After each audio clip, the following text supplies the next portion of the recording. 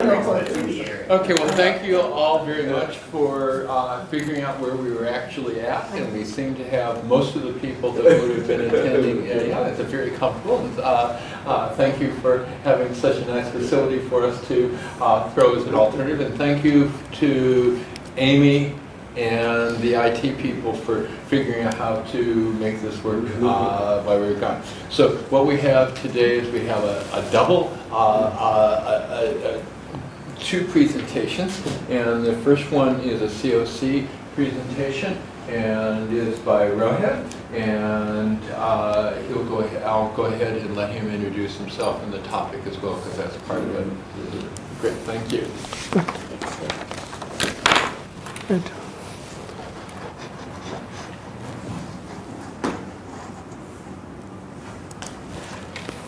Thank you very much, and thank you for coming. My name is Rohan Perera, and this is part of my COC. My topic is the study of motivation of teachers in Hong Kong. And this is something what a Roman philosopher said a while back. And we can argue that teaching is one of the most noblest professions and most important for a nation because it prepares the second generation. But since this time, teaching has changed a lot. There is more increased pressure on the teachers, and we know that nearly 30% of a student's achievement can be attributed to their teacher. And in addition, other things happening in society are putting more pressure on them. We are expecting our teachers to be thought leaders. We are expecting the teachers to be role models, and so on. In addition, we also expect our teachers to spend more time on teaching and preparing for lessons and supporting the students. So overall, there's a high expectation of teachers from society. But if we look at the news today, this is what we see. Last week, there was a discussion on ABC about this. Will the first-year teachers stay the course? What they found is 30 to 50% of the teachers, first-year teachers, are likely to leave within 5 years. And that has also been found in Australia and also in the UK. And the UK Teachers Association has alerted the government to an impending crisis because they are not meeting their recruitment targets. So overall, what it means is teaching is either in a crisis or it's fast approaching a crisis. And one of the statistics is that 25% of the teachers say that they are likely to leave within 5 years. What it means is not only that they are going to leave, but there are a quarter of the teachers who are not 100% into their committed to their profession. So there is a need for some fresh insights that will help our policymakers. And my thesis is about trying to find out whether I can get some new insights about teacher motivation.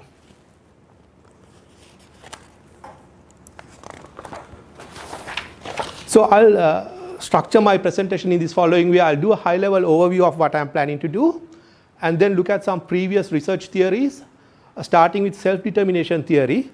It's not probably the core of my thesis, but it's a good framework from which to examine things, examine ideas. Then I'll look at the personal career theory, Holland's theory. Then at social identity, how we form our identities depending on our profession and the organizations we work with, how we identify us as well as others. And then I'll look at social exchange theory, where we look at our employment as a social exchange between us and society. Then I will look into the study details of what attributes I'm looking at and what outcomes I'm measuring and how I propose to go about that analysis.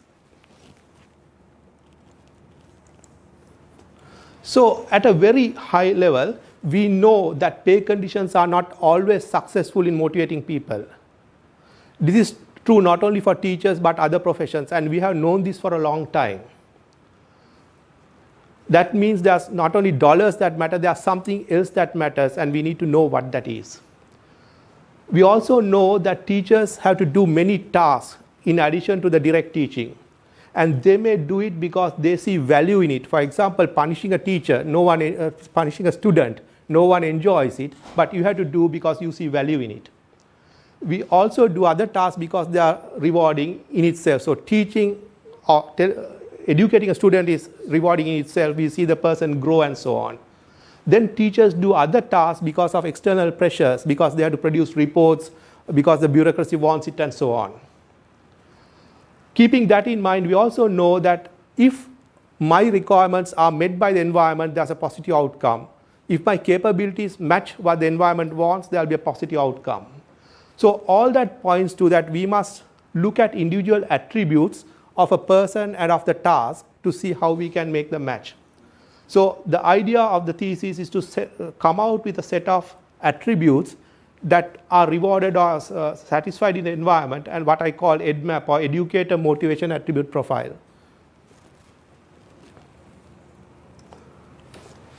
So overall, what I got is a data sample of about 1,000 or plus more teachers from Hong Kong, from 41 schools.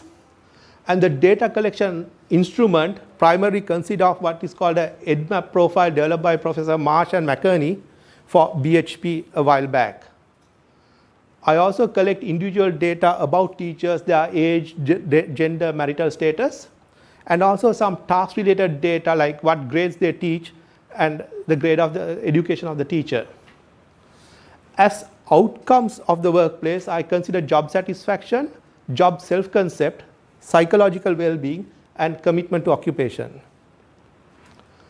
The study will consist of 3 major parts. The first part will look at the instrument itself and confirm its reliability and validity, because the instrument has not been used in an external context before, international context before. So I look at the instrument, does it match the Hong Kong data? Then I'll look at some cross-group analysis where I look at things like age and gender, and to see whether people behave differently depending on those data attributes. And also Professor Marsh and McKerney found that there was a second order factor structure when they investigated BHP to say, yeah, in addition to these attributes, they can be organized into a hierarchy. And I will investigate whether that hierarchy is applicable to the teacher population. Then in the second study, what I'll do is I'll look at the predictive power of these attributes I identified and see whether they can be used to predict job satisfaction, job self-concept, all those outcomes. And the third study will be what is called a person-centered analysis, which means we will focus more on trying to classify or group individuals and see whether there are common behavior patterns. And I'll go into a bit detail of that as we go along.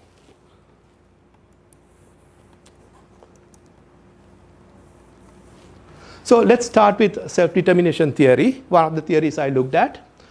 And I'm not going to explain that because I think most of you would have heard it from Professor Ryan himself. But having said that, there are 2 things that are important to me. One is that everything is in a continuum. So behavior, there's a non-determined behavior, and there's a self-determined behavior. And so if I look at motivation, there's a motivation that you are not interested in doing. And at the other extreme is intrinsic, where you want to do it because you like to do it. Now, what is important is that when you look at a teacher's job, it consists of tasks, and we need to take each task and see where it fits in the pattern and how the dynamics of how it will work with the environment. So for example, if I take myself as a teacher and I like to learn new technologies, the first opportunity I get to demonstrate that, because I like to do it, I'll spend that extra 10% more to do it, which means I'll have a better result. And my students and colleagues and supervisors will notice that. And then they will come back and say, hey, you have done a good job. I'll get good feedback. I'll get good communication. And that will increase my self-concept. And I'll tell to myself, hey, I'm good at this one. And the next time I get the opportunity, I'll do more, spend more time or effort in doing it. So the motivation becomes a cycle, which is a feedback cycle. And it all depends on how the environment reacts to you. If my colleagues and my supervisors just ignore the fact that I have done something good, then next time I'll say, why do I bother? And I would not want to spend my time, effort. Anything I need to clarify on that?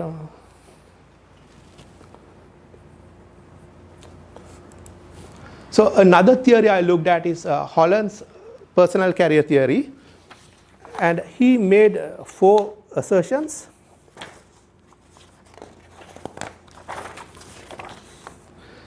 He said that individuals can be classified according to their personality type, and the same way the environment can be classified according to their personality type. And if there's a match between the 2, it is good, it produces good results. Now, his classification was 6 types, and I think you would have all seen this as a hexagon, and I was not able to find a good picture of a hexagon, so I had to draw it as a circle. And he said that we have a set of career beliefs or a personal career theory, which is a set of beliefs and attitudes which we use in our guide for a job. Also, when we are in the job, when we want to make choices, we use that personal career theory to guide us, our beliefs and our values. Now, he also found that the social type is the one that matches teachers most. So, which means that if there's an individual who is persuasive and who likes to make my point of view heard, then that person is better suited to be a teacher than a person who is not. So, there would be a match depending on this.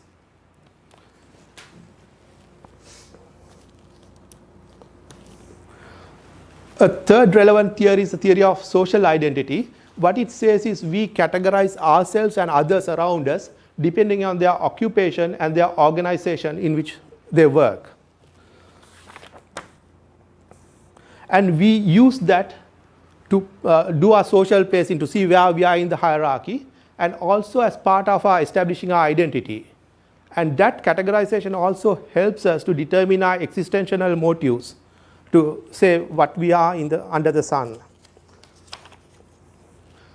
Now, the key thing for us is if we become a teacher and those values are consistent with what we have, if not consistent, there will be dissonance, and over time the people will leave.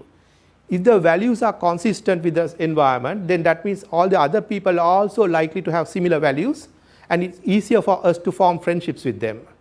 And we will build a support structure because of that friendship. And over time, we identify ourselves more and more with the social category, and then our individuality recedes into the background. So we become what our profession is. A teacher will behave like a teacher over time. Now, if I look at teaching, it has a very rich context and a very rich social expectation, thousands of years of the job being there, and in many cultures it is revered. So what we expect is that when you look at our sample, if you look at the teachers who have been there for a longer time, they will be more homogeneous in the sense because they have adopted the identity of the teaching profession. And also those who did not match would have left.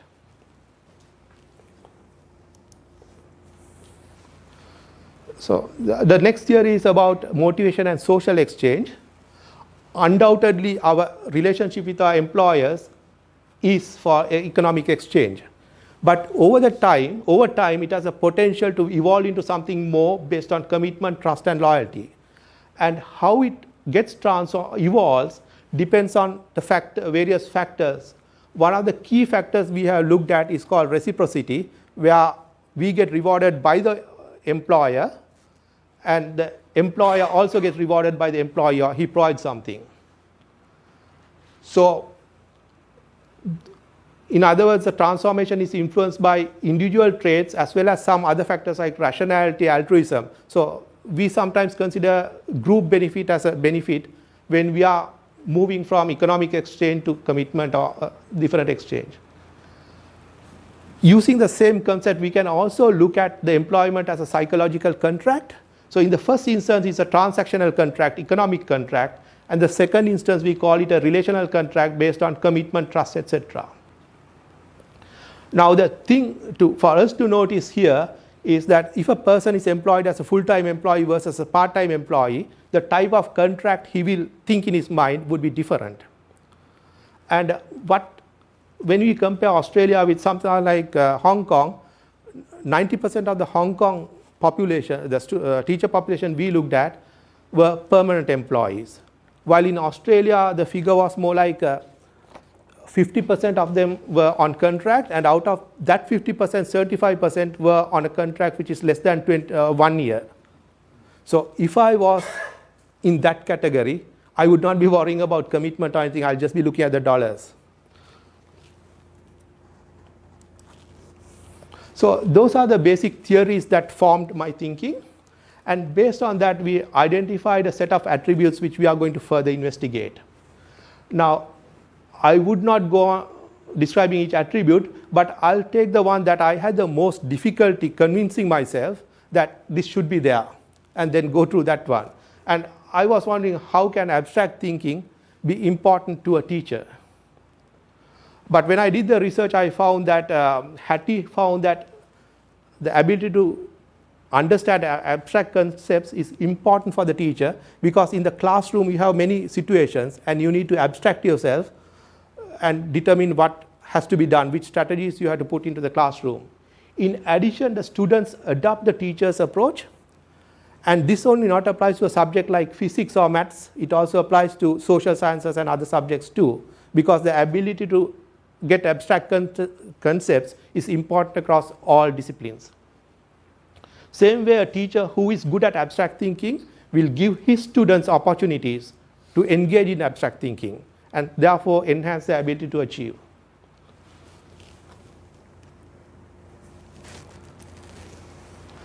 Now, these are the outcomes I looked at, but before that, so is there any questions on the attributes I have chosen?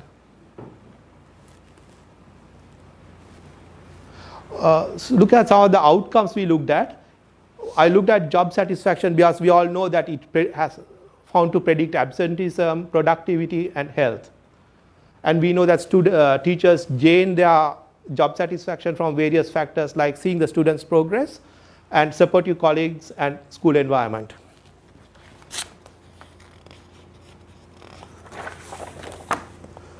The next outcome I looked at was job self-concept. So basically, individuals who feel good about themselves and their abilities are more effective than others who are not so confident about themselves. And that was questioned by a question like, I am good at most things expected of me of my job. Now, the self-concept has some complications when you are looking at it, because self-concept in one hand is multidimensional. And when I mean multidimensional, we have the different domains, like you could have an academic self-concept or maths self-concept. But on the other hand, there are also a self-concept that can be different in time domain. So for example, I may have my preferred self-concept or my ideal self, and the self which I think the others think about me, and then there's my actual self. So it has a different dimension. But we focused only on one dimension, which is I am good at most things expected of me of that job.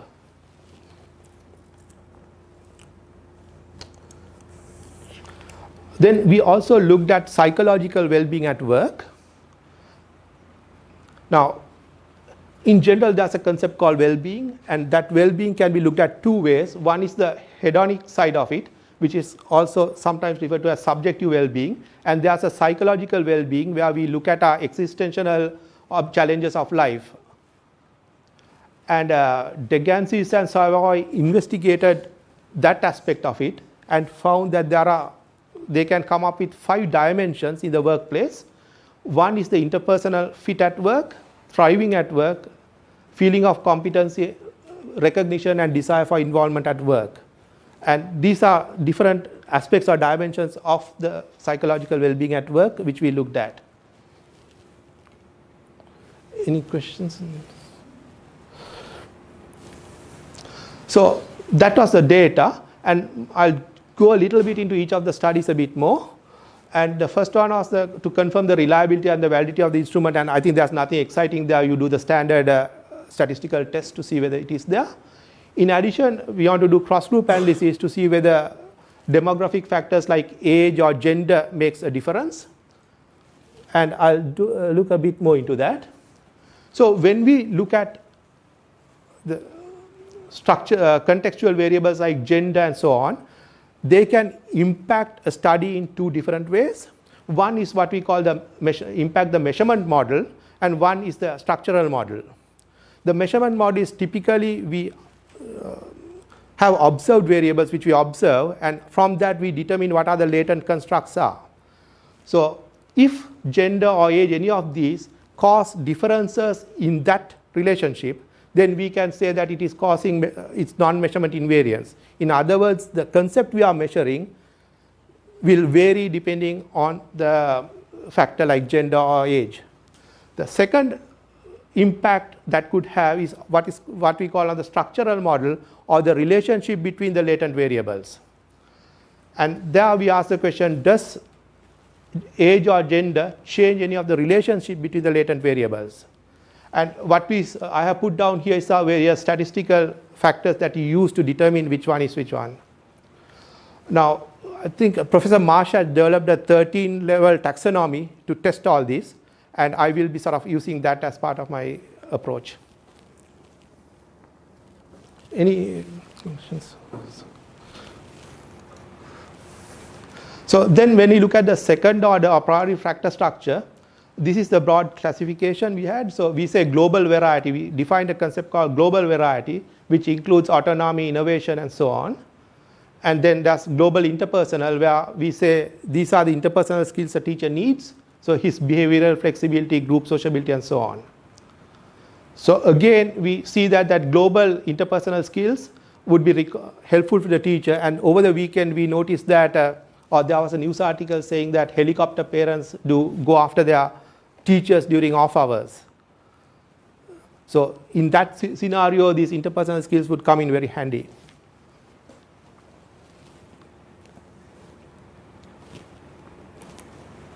So just to summarize my study one, I would be looking at reliability, I would be looking at multiple groups, and I will be looking at a second order factor structure. I have put my research questions, but I'm not going to go through them now. And these are the research questions I have posed based on those factors.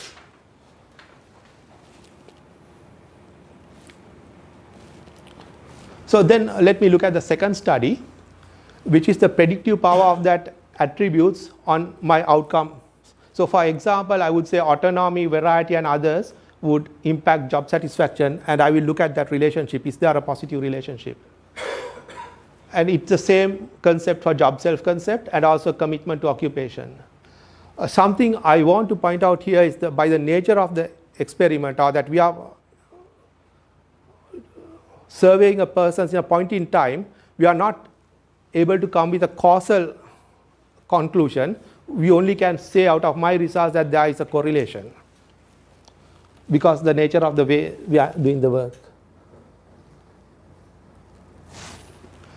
With psychological well-being, it's a bit more interesting because it is composed of, as we saw, 5 different sub-dimensions, and we can take each of my attributes and see what of them relate to those psychological well-being factors. So we can say autonomy is highly unlikely to impact interpersonal fit at work, but it is likely to impact my feeling of competency or my feeling that I am thriving at work.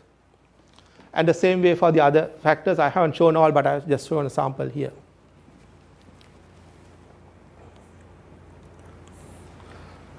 So again, a summary of job. The second part would be, I would look at job satisfaction, self-concept and commitment to occupation. I would look at psychological well-being, how they can be predicted.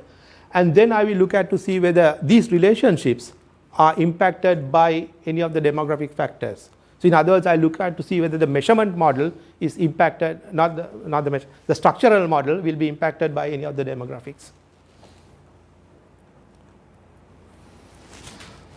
The third study would be on a person-centered analysis. Rather than go to this, I'll go to the next slide and show something and come back to that. Now, if we look at, these are made up data, but if we look at the data tells 2 stories to us. One story is that as X increases, Y increases. But in addition, if we look at the data, we will see there's potentially 3 different groups of individuals or data. So there's one group which has low values on both. There's one group that has high values on both. And then there's one group which has a high value on X and a medium value on Y, which means that our population really consists of 3 different groups.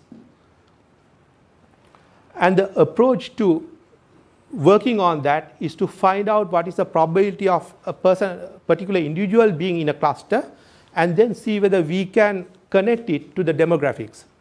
So can we say, for example, a male, is it likely to be on the higher cluster or in the lower cluster? And this has been done successfully in antisocial behavior and so many other studies, I think.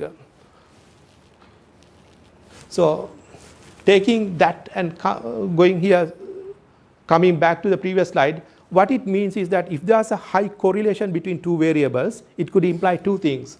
One is that there's a common cause or a causal relationship, or it could be that there are discrete groups with different levels in that.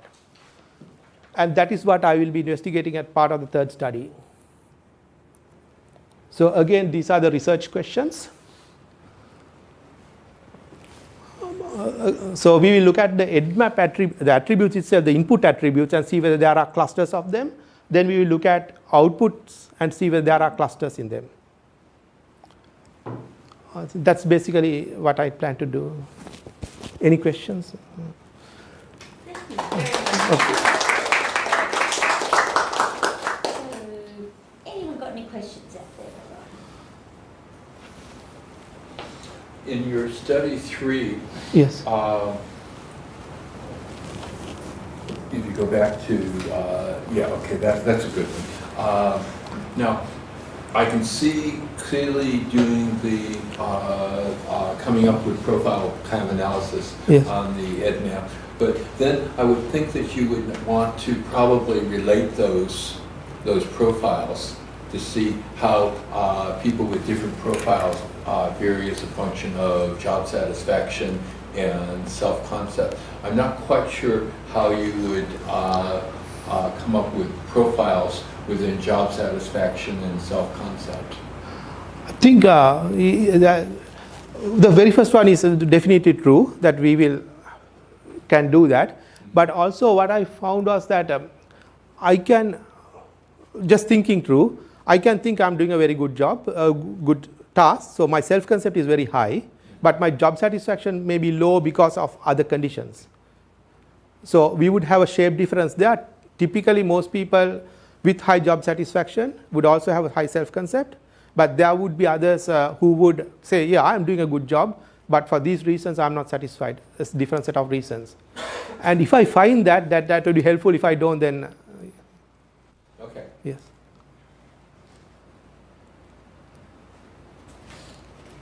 Rohan, can I just check? So there's an existing data set Yes. already collected from about 850 teachers. Is that It's 1,000 teachers, but about 850 are good ones. okay? And it embeds all of these instruments in a certain way within. They're already collected. Yes, That data yes, is collected. yes. Okay. So it's a matter of really doing the analysis and Yeah. testing the hypothesis within the existing data. Yes. Yeah, I didn't have to do the hard work. The hard work was done. Right, okay, so how old is that data that you're working on now? When, I think it's 2012 or later. oh, okay. Yes. It's current. It's, a couple of years old. Yeah, yeah. I think the The earlier study was done with the original one with in a workplace environment was done 25 or 30 years ago. Okay. And it's using a subset of the same items. Uh-huh. I mean, he hasn't really elaborated on how extensive his instrument is. So it's each of those attributes are multi-item scales. Yeah. Yeah. Well, gathered So- that. He gave us little examples here and there, so I Yeah. gathered it must have been. That's okay. Okay. So access to the data is already there. You already have it. Mhm. Yes. Okay. So was there any ethical issue about clearance or anything that we have to do, or do we have to do? It was already done as part of the data was collected as part of a grant. Oh, okay. Cool. And less ethical issues because it was volunteer and adults. Can I ask a question? yes. In the data set, there are questions about jobs, self-concept. Yes. Right. Yes. Now, I understand in Hong Kong, the teachers are trained in specific subjects. So, do those questions ask the teachers about a certain major that they're teaching? Yes. One of the questions is what major. If is asked, is your major is in education, and if it is not in education, it asks. If it is in education, it asks, is your major in education, and what is your specialization? Special education, preschool education, languages.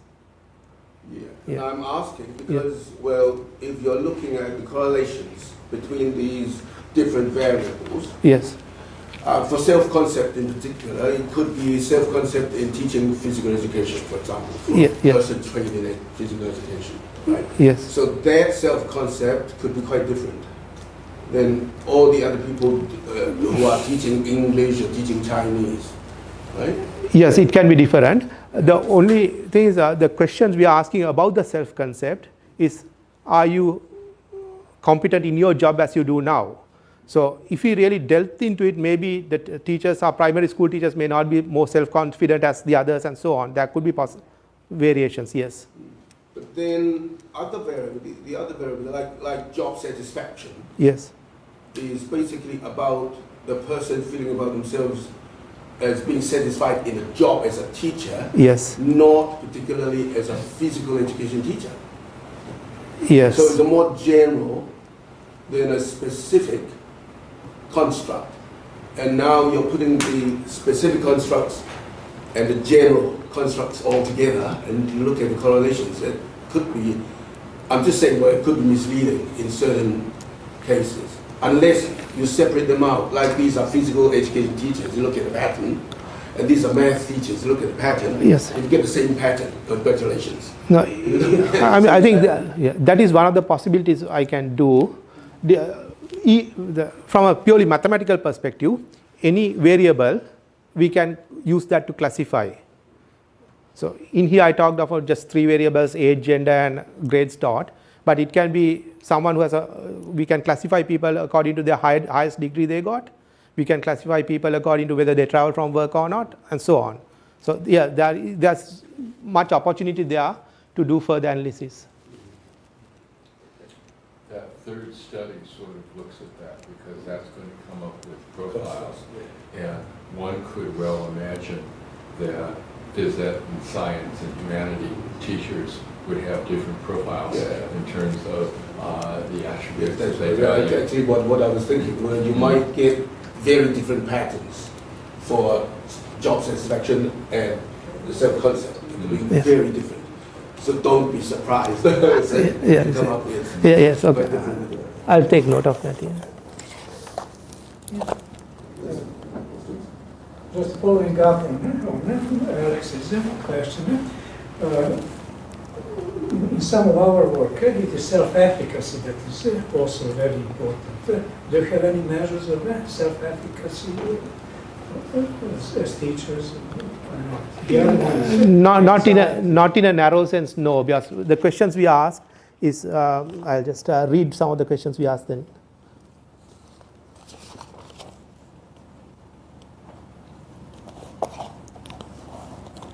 Say a question is, I am good at most things expected of me in my job. Yeah.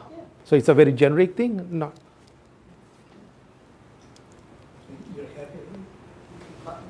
Isn't that a good self-efficacy question? I can do the teaching properly, I can do Yes. these activities properly, I can do, that is what self-efficacy is, what I understand. I think self-efficacy in its And from what I understand, Yes. this is different from self-concept, which is saying I'm good at Yeah. that. So the questions that are more related to particular tasks and things like that might be more relevant. Might be relevant. Yeah. No. no. I think it is. Correlation is incredibly high. Well, not according to what I know. In fact, at the teacher level, they're indistinguishable. Yeah. What people call teacher self-efficacy and what he's calling teacher self-concept are indistinguishable. Now, he's measuring it at a fairly global level. Yes. Yeah, so you could bring it down to a more task-specific level. Yeah, that is. But one of them would be self-efficacy or self-concept would be difficult too. You can say I can deal with a large group of people if I'm given that task. And they load on the same factor. I don't know. No, but I do. So self-efficacy and self-concept are the same thing? No. Not necessarily, though the context that you're talking about, they are. So if a teacher feels, I'm really good at teaching, but I'm at this crap school, my principal doesn't support me, and they then have low self-efficacy, I'm surprised at that too. So normally distinguishable in most other areas. I can imagine many teachers feeling that they're good at something, but it's just a crap school or the principal. Traditionally, the major way that people try and distinguish between self-efficacy and self-concept is global versus specific, or evaluative versus non-evaluative, and neither of those work. And so a pure self-efficacy item is you give person a task and it has the outcome embedded in it. So I am able to jump 6 feet off the ground. That's a pure self-efficacy item, and I don't have to compare myself with anybody else, and it doesn't matter whether I'm good at running or not to do that, and so on and so forth. And so there's the outcome is right there, part of the item. Whereas I'm good at jumping doesn't, there you have to bring in some evaluative sort of component and things like that. Both the items that you talked about would have to bring in an evaluative sort of component. So would it be something like I can help more than half of these students get a B or better or something like that would be a self-efficacy? Closer. Yeah, or do better, yeah. Closer. I would think that would be different. Yeah, just like that idea.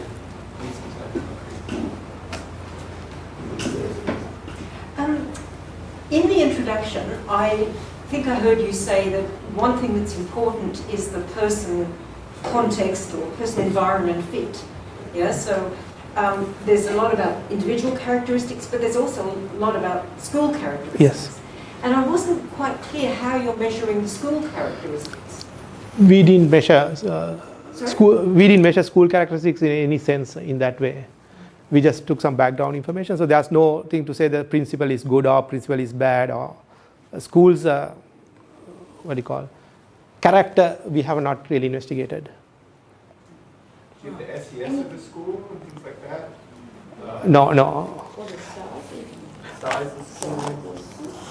The problem is that it's a purely volunteer sample, and so some schools there's a fair number, in a lot of schools there's a relatively few, and in no case is the sample of teachers representative of the school.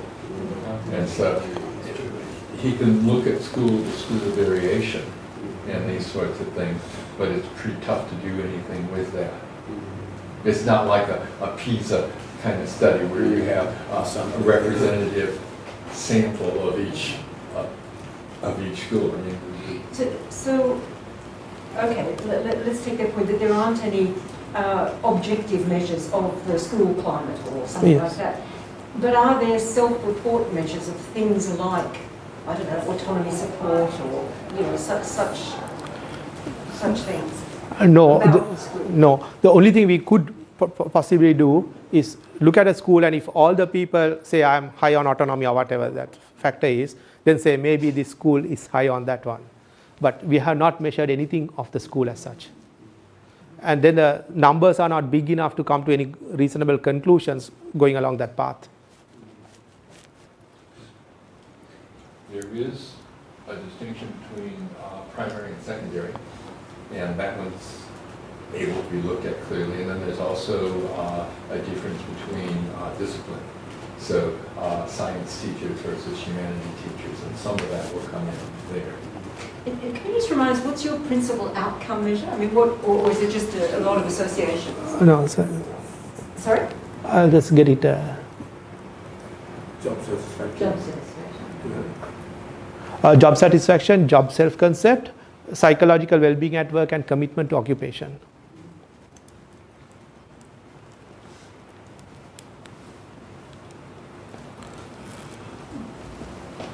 So how different is commitment to occupation than staying in the career?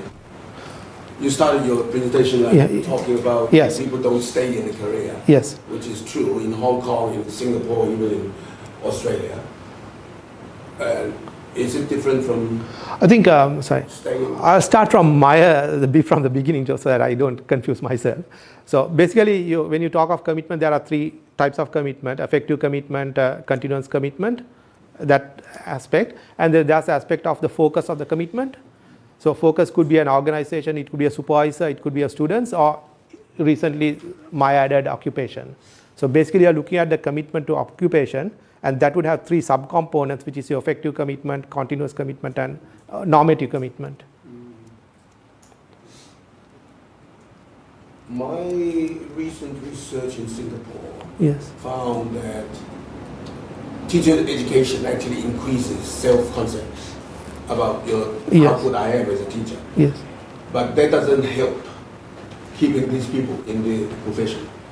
It is how they love the job that keeps them in the career, not a cognitive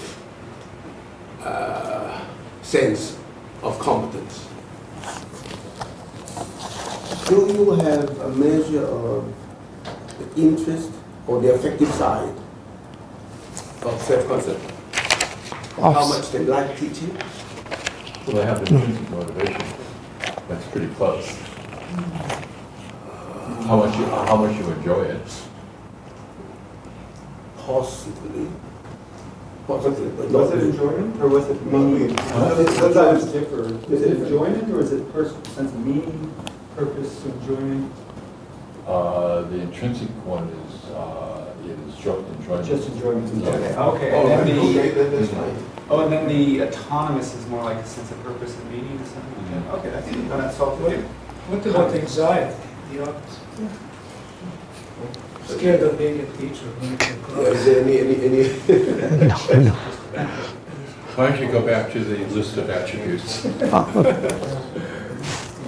maybe what Laza is looking for is something negative. Is everything possible here? Or is there any negative variable? I think the only negative variable is the continuous commitment.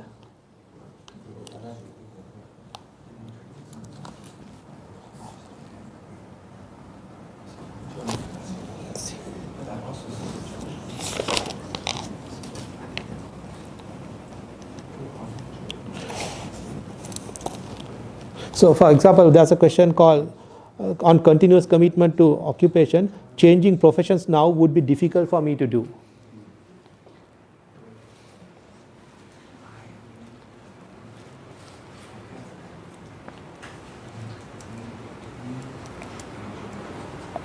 Any more questions? Any more? Oh yes, sorry. First of all, thank you very much for the nice presentation. It was very interesting. And I have one question, a little bit picking up the self-concept, self-efficacy discussion. So usually I assume this data is cross-sectional. Yeah. Usually in teacher research, self-efficacy would maybe rather be considered a predictor variable than an outcome. Yeah. So it might be interesting just for your studies if you consider the self-concept or the self-efficacy, whatever it is, more as a maybe mediating variable or more as a predictor. Might not be a pure outcome. Yes. Just something to keep Yeah, in mind. thanks for that. Yeah, thank you. Do you have any more questions?